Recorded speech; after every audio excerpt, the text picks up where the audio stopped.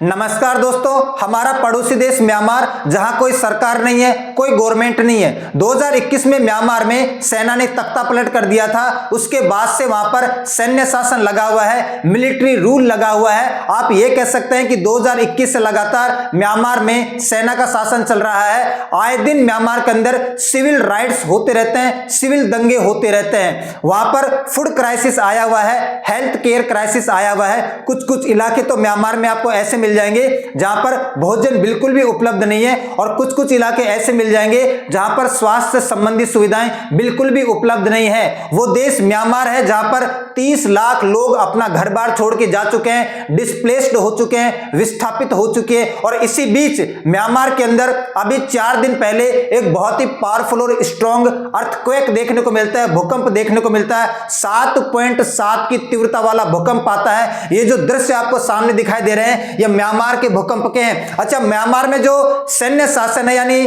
जो सेना देश को चला रही है, उसने कहा कि लगभग 2000 लोग मारे गए हैं, लेकिन 5000 से ज्यादा लोग मारे गए हैं, ऐसा दावा किया जा रहा है। और अगर हम विकिपीडिया की बात करें तो लगभग 3000 से 4000 के बीच वहां पर लोग मारे गए हैं। कितने लोग मारे गए हैं एक्चुअल डेटा किसी को नहीं पता, केवल वहां की सेना के द्वारा यह बताया गया कि लगभग 2000 लोग मारे गए हैं। फिर ये हमारे ऊपर भी एक प्रश्न चिन्ह खड़ा करता कि हमारे जो नॉर्थ ईस्टर्न स्टेट है, आसाम, नागालैंड, मणिपुर, मिजोरम वगैरह, ये सारे के सारे भी उसी रीजन के आसपास है, ये भी भूकंप प्रभावित क्षेत्र हैं। हमारे साथ भी एक सिक्योरिटी कंसर्न खड़ा होता है कि हम क्या करेंगे भविष्य में, हमारे देश में भी कभी भी इतनी मैग्नीट्यूड का भूकंप अगर इस रीजन में आ जाता है तो क्या हम इसके लिए तैयार हैं। सबसे पहले बात करते हैं म्यांमार की। ये जो दृश्य आपको सामने दिखाई दे रहे हैं, ये म्यांमार के अंदर अभी 4 दिन पहले भूकंप आया था। बहुत ही पावरफुल और बहुत ही स्ट्रॉन्ग था। 7.7 मैग्नीट्यूड का ये भूकंप था, और बिल्डिंग्स, स्कूल, कॉलेज और मकान धराशायी हो गए, बिल्कुल चकनाचूर हो गए, ध्वस्त हो गए हैं। इलाके पहले ऐसे दिखाई दिया करते थे, इलाके अब ऐसे दिखाई देते हैं। यहां पर देखो, ये जो आपको इलाके पहले ऐसे दिखाई देते थे, अब वो बिल्कुल चकनाचूर होकर मिट्टी में राख हो गए हैं। ये जो आपको दृश्य दिखाई दे रहे हैं, ये म्यांमार के हैं। और मैं आपको बता देता हूं कि म्यांमार में एक बहुत ही फेमस रिवर है, इरावदी नदी के ऊपर एक पुल बना हुआ है, और ये पुल देखो कैसे छोटे छोटे ब्लॉक में टूट गया। पूरा का पूरा पुल टूट के राख हो गया है। छोटे छोटे ब्लॉक, जैसे ट्रेन की पटरी नहीं होती है, पटरी से ट्रेन उतर जाती है तो डब्बे अलग अलग हो जाते हैं, वैसे पूरा का पूरा पुल ध्वस्त हो गया है। और ये बहुत सारे ऐसे डेटाज है जो आपको बता सकते हैं। मैं आपको पहले बता चुका हूं कि 2021 में वहां की सरकार को हटा दिया गया, और जो जनरल थे मिंग आंग हेलांग, उन्होंने तख्ता पलट कर दिया था। फूड क्राइसिस म्यांमार में है, हेल्थ क्राइसिस म्यांमार में है, भोजन उपलब्ध नहीं है कुछ इलाकों में, स्वास्थ्य संबंधी सुविधाएं उपलब्ध नहीं है, सिविल राइट्स आए दिन होते रहते हैं, और बड़े पैमाने पर वहां पर लोग डिस्प्लेस्ड हो गए। उसी बीच अगर ऐसा बड़ा भूकंप आता है म्यांमार में, तो एक बहुत बड़ी दिक्कत है म्यांमार की जनता के लिए कि म्यांमार इसको कैसे फेस करेगा। ये आपको जो मैप दिखाई दे रहा है, म्यांमार का दिखाई दे रहा है, और नीचे थाईलैंड तक इसका परिणाम देखने को मिलता है। म्यांमार के नीचे थाईलैंड नाम का देश मिल जाएगा, और थाईलैंड की जो राजधानी है बैंकॉक के अंदर बिल्डिंगों के ये हाल हो चुके हैं। बिल्डिंगें कंपित हो रही हैं और गिर जा रही है कुछ बिल्डिंगें खड़ी भी है। तो बैंकॉक तक इसके झटके दिखाई दिए हैं। जो म्यांमार की जो सैन्य सरकार है, म्यांमार की सैन्य सरकार ने यह कहा कि म्यांमार के अंदर 2056 लोग अब तक मारे गए हैं। लेकिन मैं आपको बता देता हूं कि जो डेटा है वो ये कहता है कि भाई म्यांमार में अब तक 3600 लोग मारे गए हैं। 3600 से भी ज्यादा लोग, लगभग 4 या 5000 के बीच लोग मारे जा चुके हैं, और लगभग 4000 के आसपास लोग घायल हैं, और अनगिनत लोग क्या है, इंजर्ड है। आप ये कह सकते हैं कि वो क्या हो गए, दुर्घटनाग्रस्त हो गए हैं। और थाईलैंड के अंदर भी 19 लोगों की डेथ हुई है। यह भूकंप कब का है, 28 मार्च 2025 का शुक्रवार के दिन यह भूकंप आया था, और मरने वालों की तादाद दिनों दिन बढ़ती जा रही है। और 7.7 मैग्नीट्यूड का भूकंप था। लगभग 85 सेकंड तक ये आया था, लगभग 85 सेकंड तक म्यांमार और थाईलैंड का जो ऊपर वाला रीजन है वो कंपित हो रहा था। अब इस मैप में आप देखो, ये जो आपको मैप दिखाई दे रहा है, ये किसका है, आपको म्यांमार का मैप दिखाई दे रहा है। लगभग 100 सालों बाद म्यांमार में इतना पावरफुल भूकंप आया है। म्यांमार में एक सबसे पावरफुल भूकंप म्यांमार के इतिहास की अगर हम बात करें तो 1930 में आया था। बागो अर्थक्वेक इसको कहते हैं, बागो भूकंप इसको कहते हैं, जिसमें 7000 से भी ज्यादा लोग मारे गए थे।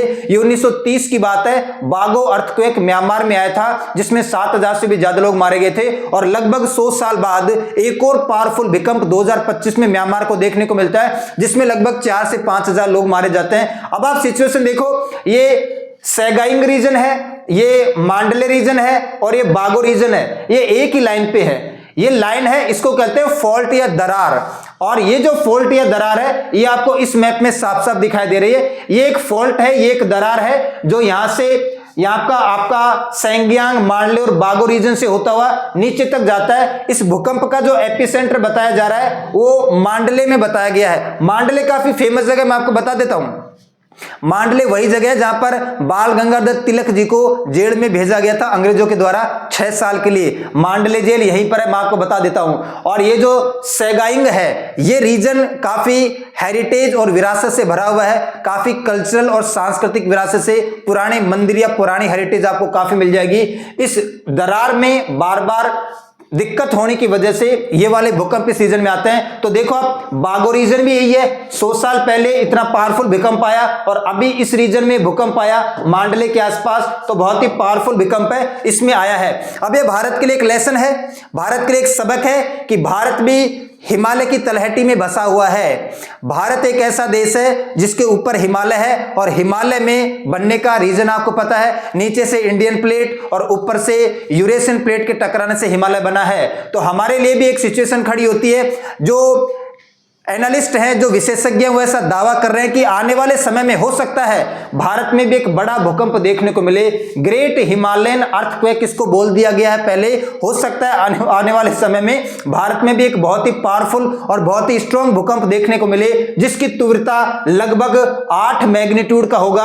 और अगर ये आता है तो भारत में तबाही मच जाएगी, ऊपर वाले रीजन में, ऊपर वाला रीजन बर्बाद हो जाएगा। तो act before the great Himalayan earthquake, Bharat को भी भूकंप आने से पहले एक्ट करना होगा और अपनी तैयारी करनी होगी। कहने का मतलब यह है, आप सभी को पता है कि नीचे इंडियन प्लेट आ रही थी उधर से अफ्रीका से टूट के, और ऊपर से यूरेशियन प्लेट थी, और तब जाके हिमालय का निर्माण होता है। तो ये वाला जो रीजन है ना, ये भूकंप से प्रभावित पूरा का पूरा रीजन है। यहां पर भूकंप कभी भी आ सकता है, पहले भी कई बार भूकंप आए हैं। और भूकंप आने का सबसे बड़ा रीजन ये भी है कि यहां पर 3 प्रमुख प्लेट्स हैं। प्लेट का मतलब होता है दरार, जमीन के अंदर जो बड़ी बड़ी प्लेट होती है और उनके बीच में होती है दरार। एक तो यहां पर आपको इंडियन प्लेट दिखाई दे रही है, फिर यहां पर बर्मा प्लेट दिखाई दे रही है, और यहां पर म्यांमार और थाईलैंड के बीच में सुंडा प्लेट दिखाई दे रही है। सुंडा प्लेट, बर्मा प्लेट और इंडियन प्लेट। बर्मा प्लेट, सुंडा प्लेट और इंडियन प्लेट के बीच में सैंडविच की तरह फंसी हुई है।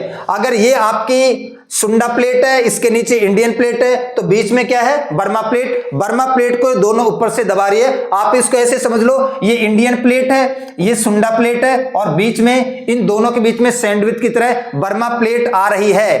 तो हिमालय का निर्माण इंडियन प्लेट और यूरेशियन प्लेट के मिलने से हुआ है। और भारत एक ऐसा देश है जो भूकंप प्रभावित माना जाता है। लगभग 60% क्षेत्र भारत का भूकंप से प्रभावित माना जाता है। और यह भी कहा जाता है कि ये जो इंडियन प्लेट है ना, ये धीरे धीरे सुंडा प्लेट और बर्मा प्लेट के नीचे जा रही है। इंडियन प्लेट धीरे धीरे इन दोनों प्लेट के नीचे घुस रही है। तो अगर ये इनके नीचे जा रही है, नीचे घुस रही है, धंस रही है, इसका मतलब यह कि आने वाले समय में भारत में कभी भी भूकंप आ सकता है, स्पेशली इदलवारा रीजन जिसकी मैं बात कर रहा हूं।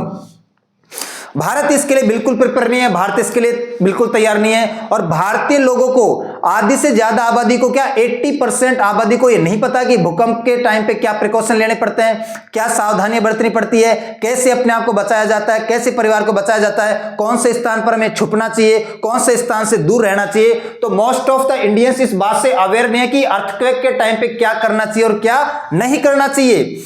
हमारे जो हॉस्पिटल्स की बिल्डिंग्स है, स्कूल की बिल्डिंग्स है और जो पब्लिक बिल्डिंग्स है, वो भूकंप के तरीके से तैयार नहीं की गई है, बहुत ही कच्ची है, कंस्ट्रक्शन उनका बिल्कुल खराब माना जाता है। हमारे देश की बिल्डिंग्स का निर्माण इतने अच्छे तरीके से नहीं है। इस वीडियो में आप साफ साफ देखो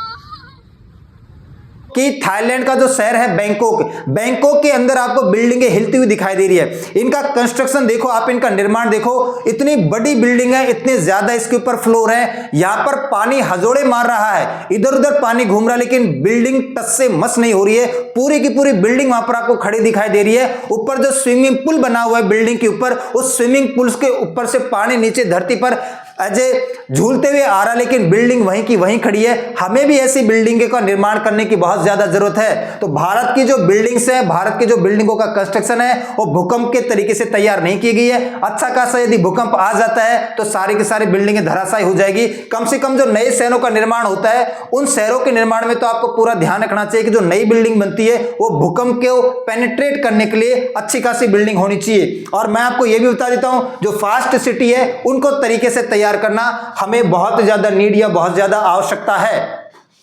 भारत के 59% एरिया भूकंप प्रभावित क्षेत्र हैं। पहले भी कई बार बहुत ज्यादा पावरफुल भूकंप भारत देश में आ चुके हैं। कांगड़ा भूकंप आया था 1905 में हिमाचल प्रदेश में, 1934 में बिहार में भूकंप आया था, 1950 में आसाम में भूकंप आया था, 2001 में भुज के अंदर गुजरात में भूकंप आया जिसमें 20,000 लोग मारे गए, 1993 में महाराष्ट्र के लातूर में भूकंप आया था, उसमें बहुत ज्यादा लोग मारे गए। तो अब ऐसे कयास लगाए जा रहे हैं कि यदि कोई पावरफुल भूकंप भारत में आता है तो इससे अपना जो हिमालय के जस्ट नीचे तलहटी में हिमाचल प्रदेश राज्य है, उत्तराखंड है, बिहार है और अपने नॉर्थ ईस्टर्न स्टेट है ना, इधर से सिक्किम है, अरुणाचल प्रदेश है, नागालैंड है, मणिपुर है, मिजोरम है, त्रिपुरा है, मेघालय और असम, ये वाले राज्य और दिल्ली और मुंबई जैसे बड़े शहर, ये भी ज्यादा दूर नहीं पड़ते हैं इन प्लेटों से, हिमालय के प्लेटों के नजदीक ही है। तो अगर दिल्ली मुंबई जैसे शहरों में अगर भूकंप आ गया है तो इसका मतलब यह कि हम या हमारे देश में तबाही मच जाएगी, त्रासदी मच जाएगी।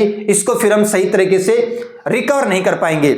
और भारत ने मदद करने का आह्वान कर दिया है। जैसे म्यांमार में भूकंप आया, भारत ने ऑपरेशन ब्रह्मा चला दिया है। करंट अफेयर के लिहाज से याद रखना कि भारत ने किस देश में भूकंप के लिए मदद करने के लिए ऑपरेशन ब्रह्मा चलाया है। म्यांमार के लिए हमने फूड सामग्री भेजी है और हेल्थ से संबंधित सामग्री भेजी है। एक दस्तावेज तो शुरुआत में भेज दिया था और एक और दस्ता हमने अभी भेजा है। ठीक है, तो हमारी सरकार को इसके ऊपर ध्यान देना चाहिए। अपने जो नई बिल्डिंग का निर्माण है, कंस्ट्रक्शन है, नए शहरों का निर्माण है, उनको उसी तरीके से किया जाए जैसे थाईलैंड के अंदर बिल्डिंगें वैसे की वैसे खड़ी है। भूकंप के झटके झेलने के बाद हमारी बिल्डिंगें भी वैसे की वैसी खड़ी हो।